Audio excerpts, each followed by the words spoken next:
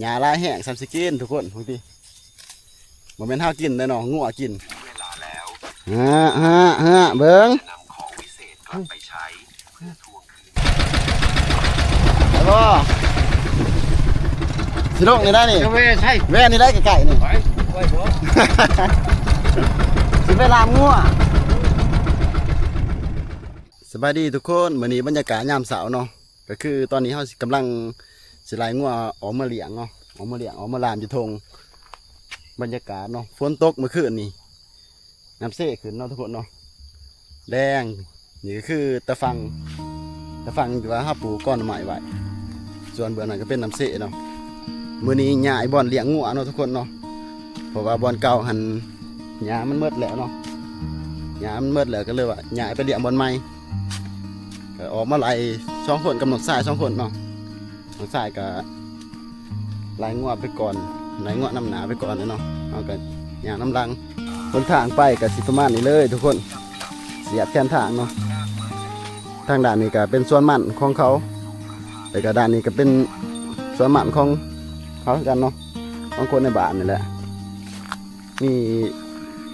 หน่อไม้แทนทางยัง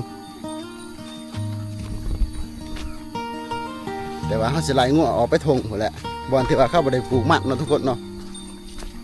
ออกมาไล่ไปตามทางเลย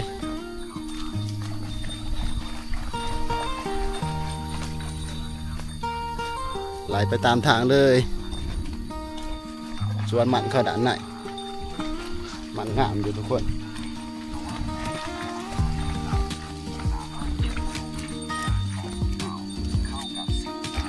เฮ้ย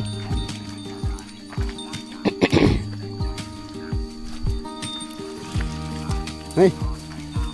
ทางหัวผุนจะกินเฮ้ยเฮ้ย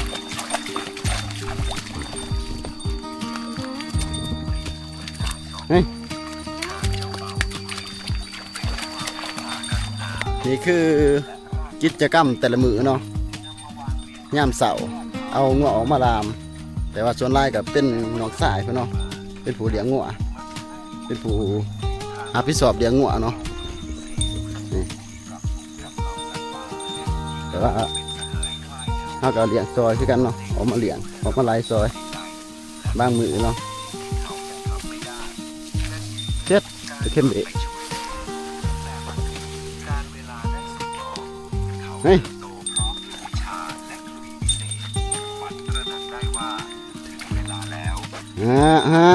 เบิ้งปิดกันที่เสียงแท้ปิดกันที่เสียง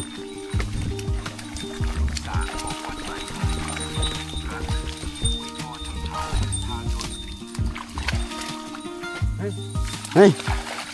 งัวมันก็กินหญ้ากินใบไม้แคมทางไปเลยเนาะทุกคนเนาะมาเบิ้งนี่บรรยากาศปุ่นส่วนมันเขางามแหงเนาะทุกคนเนาะเขียวกลุ่มเลยแต่ว่าส่วนเฮาอยู่พุ่นใกล้กงใหม่ใหญ่ตัวนี้ไปพุ่นเนาะเดี๋ยวสิถ่ายทุกคนได้เบิ่งเนาะ ตัวนี้เป็นส่วนของเราเองเนาะส่วนมันของเราเองงามแห้งเนาะมันเข้ากับงามมันเฮางามเหมือนกันทุกคนงามอยู่แต่ว่ามันเข้าปีนี้งามแห้งนี่ส่วนเฮาตัวนี้ทุกคน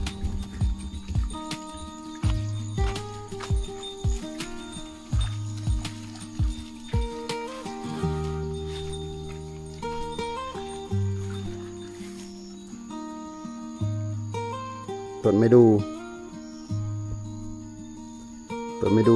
มัดไว้เนาะบ่ให้มันกองส่วนมันด้านล่างนี่เป็นส่วนมันของเฮาเองเนาะทุกคนเนาะตัวนี้มันปลูกแต่วันที่31 เดือน5เนาะเดือน5ประมาณนั่นแหละถือว่าสวยงามเลยทุกคนบรรยากาศดูดิสวยมีแต่แถวทางหน้านี่มันบ่งามปานใดเนาะทุกคนเนาะตอนนี้ก็ฮอดบ่อนที่เฮาสิลามงัวเนาะบ่อนที่ว่าเขาบ่ได้ปลูกมันอยู่ข้างสวนเฮาอีขาวมาพี่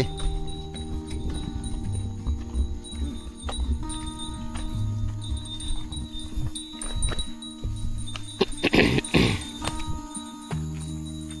มาพี่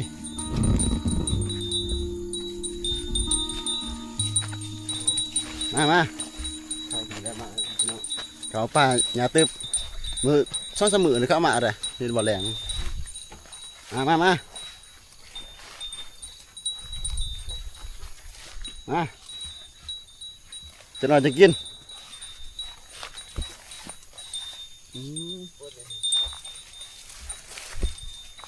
ไปจุงไปจุงไปเลย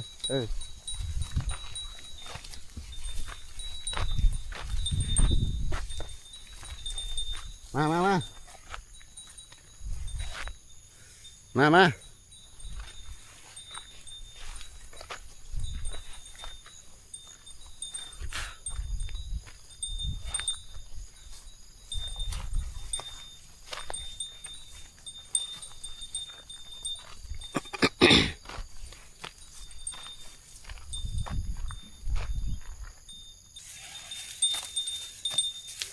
หญ้าลายแห้งหญ้าสูงแห้งเนาะทุกคนเนาะมันปีงัวยืนพอดีเพียงโตงัวเลยหญ้าความสูงเนาะหญ้าความสูงความงามทุกคนก็คือบอลนี่ตะกี้เขาเห็ดส่วนมันเนาะมาปีนี้เขาบริเห็ดก็เลยว่าเอางัวมาดามใส่หญ้ามันลายเนาะเบิ่งปุ่นพอดีเพียงแอวเขาเนาะหญ้า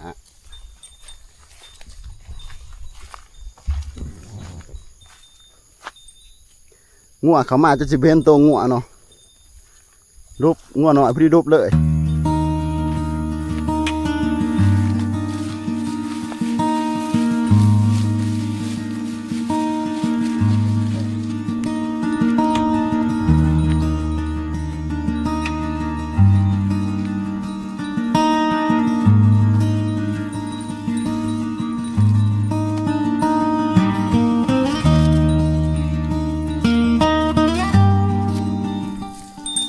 นี่ซัมสกินหญ้าเนาะหญ้าสูงไปสูงหญ้าสูงจนสิสามกับงัวเนาะเบิ่งนี่อีกนี่พี่ฝนอยู่ดีๆบ่ต้องมาหากู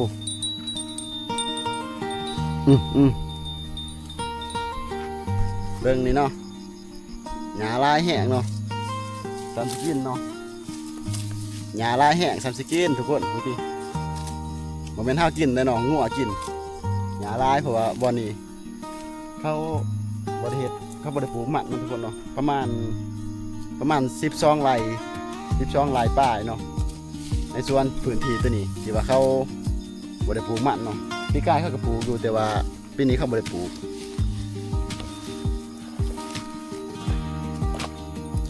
มันก็สบายเนาะเฮาเลี้ยงงัวมีแต่ว่าหญ้ามันแดดมีแต่เอางัวเข้าห่มแล้วก็เอาไปกินน้ำเนาะส่วนว่าหญ้าหันเหลือเฟือเนาะทุกคนเนาะหญ้าสูงแห้งทุกคนเป็นสัตว์ของงัวเขาจอก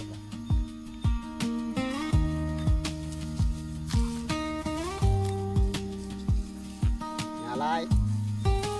หญ้าสูงทุกคนสบายเนาะบอลเลี้ยงงัว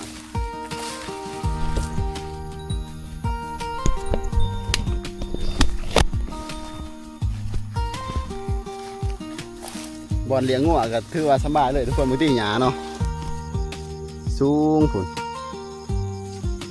เทียบกับงัวพอดีสิลุกงัวเลยทุกคนหญ้าขนาดโอ้ยเบียน้องไปบุหญ้าน้ำงัว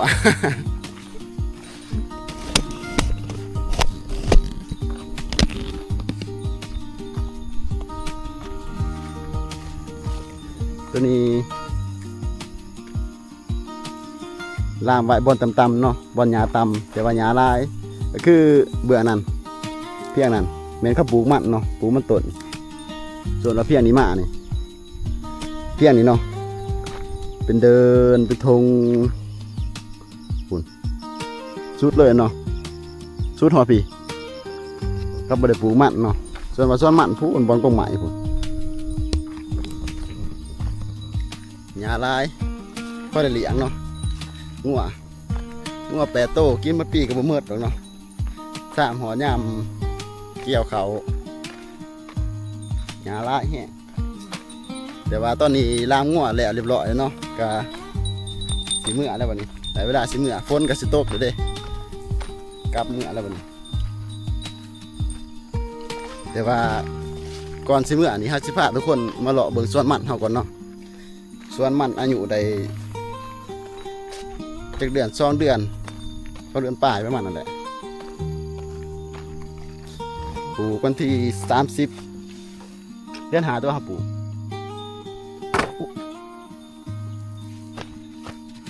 เลาะเบิ่งแป้งเลาะเบิ่งขุงหมูจะเก็บหมดป่ะไม่มีแล้วจะมีเป็น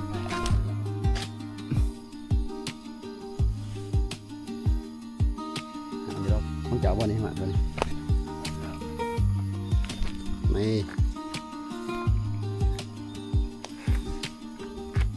เบิ่งพาทุกคนเลาะเบิ่งสวนมันเนาะเลาะส้มสวนมันตอนนี้มันก็ตายแน่เนาะตายแน่งามแน่แต่ว่าโตที่ว่ามันขึ้นมามันก็งามอยู่ทุกคนนี่เจ้าของสวนเพิ่นเจ้าของสวนมันเมื่อในหลอกเมื่อตัวนี้เนาะแม่นของเพิ่นเมื่อได้นี่บ่แม่นของเฮาเนาะเพราะว่าแบ่งกันเป็นโซนเนาะโซนของไผของมันเนาะมันกำลังขึ้นกำลังงามบ่อนนี้เป็นบ่อนที่ว่างามสุดในสวนเนาะงามสุดในสวนเพราะว่าเขาจูดกล้องขี้เหงื่อได้นี่กล้องเศษไม้ต่างๆเขาจูดใส่งามเหรอ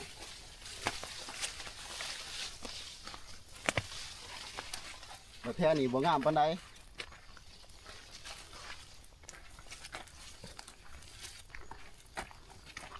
นี่อาจจะดูลายขนาดด้วยนี่บรรยากาศสวนมันเนาะแถวนี้เป็นดินที่บ่งามปานใดทุกคนเนาะคือมันยังต่ำอยู่เนาะแต่ว่าก็โอเคอยู่สำนี้ก็ถือว่าโอเคอยู่ปลูกซับกันเนาะนอกจากปลูกมันฮะก็มีมะม่วงหิมพานต์มาแซมเนาะปลูกไม้หลอกซื่อๆปลูกไว้เป็นหลอกก็มีต้นกล้วยเนาะต้นกล้วยนี่มีแถบทุกส่วนเลยทุกคนส่วนตัวใดก็มีส่วนตัวใดก็ปลูกไว้เนาะ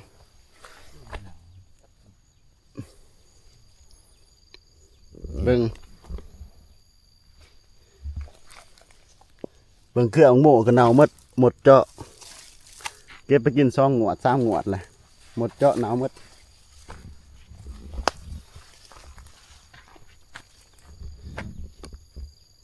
บรรยากาศเนาะนี่ก็เป็นกระตูบหน่อยที่ว่าเอามาผักมาเสาเนาะเก็บผักเมื่อเป็นยังไงฮะเอามาหลุกออกมืออ่อมใส่ไก่ตูบหน่อยต้นมะพริกนี่ก็ลายสมควรจะได้นี่ทั้งมะพริกมะเขือเนาะมะเขือกับมะต้นเป็นแต่ว่ามะพริกนี่ลายเนาะทุกคนเนาะพริกขี้หนูพริกน้ำหมอกเนาะลายตอนนี้กำลังจะออกเมื่อเนาะแต่ว่าก่อนจะเมื่อมาเก็บยอดผักมักบวบกันเนาะยอดมักบวบมีแต่ยอดงามๆเอาเมื่ออ้อมใส่ไก่เรียกไก่ตัวนั้นเนาะจับกล่องเลย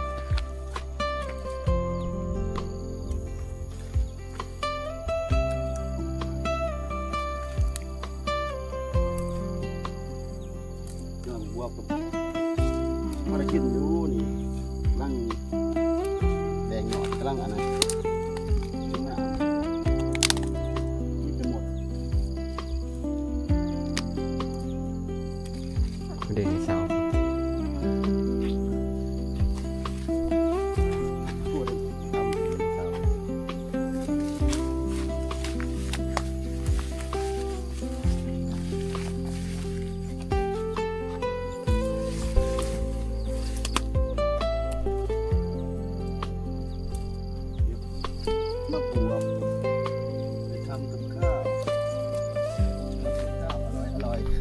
ตอนนี้ก็ได้เวลากลับแล้วทุกคนเนาะ มาล้างงัวเฮาก็เก็บผักเมื่อเพื่อว่ามีแนวเฮ็ดกินเนาะถ้าบ่มีแนวเฮ็ดกินเฮาก็เอาไว้ในตู้เย็น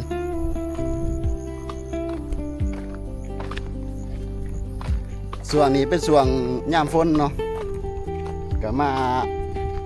ล้างงัวมาเลี้ยงแต่ว่ายามแดดยามลมมันก็ประจำอยู่เที่ยงนี่แหละเที่ยงกระตูบนิดหน่อยด้านล่างเลยเนาะออกมา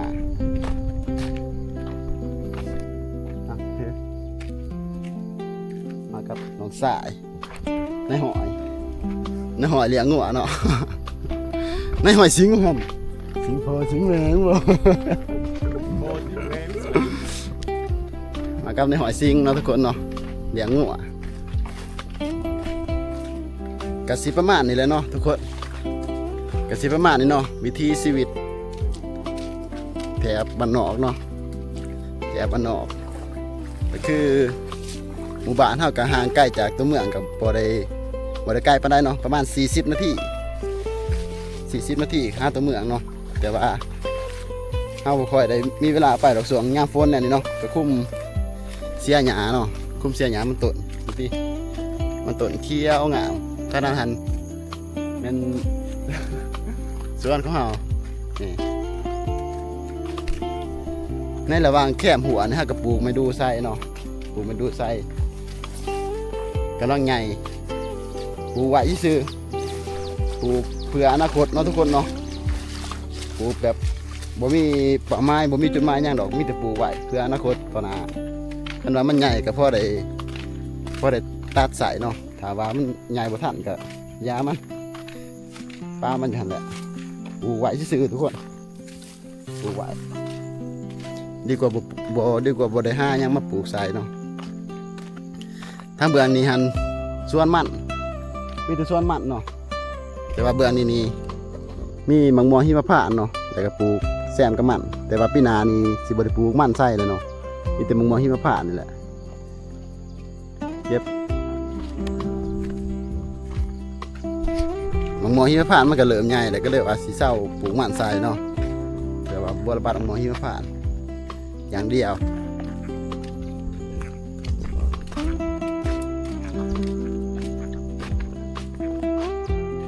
เบิ่งสวนมันเนาะ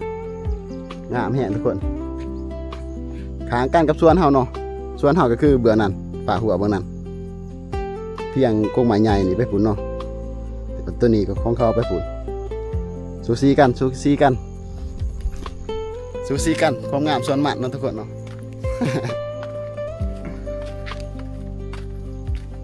ตอนนี้ก็ได้เวลาครับหน่อไม้ก็มีลายอยู่แต่ว่าเราบ่ได้เก็บมาไล่งัวซื่อๆเนาะ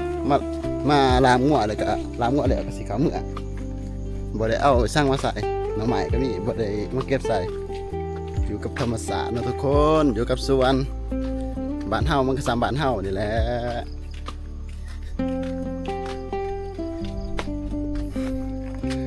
จะมักธรรมชาติคือกันบ่จะมักสีเขียวคือข่อยบ่สีเขียวนี่กันมากก็ลองไปสัมผัสมันแม่สีเขียว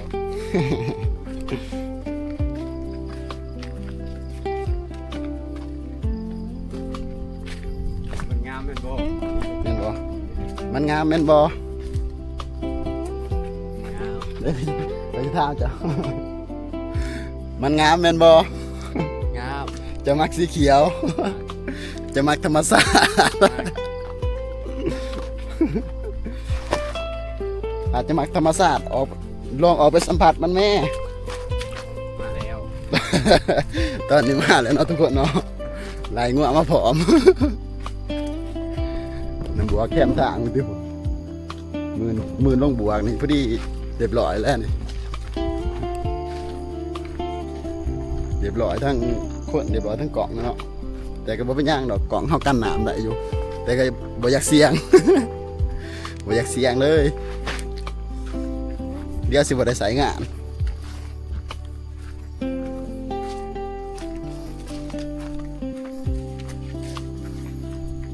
ไม่อยากเสี่ยงนะครับกล้องมีตัวเดียวเดี๋ยวจะไม่ได้ใส่งาน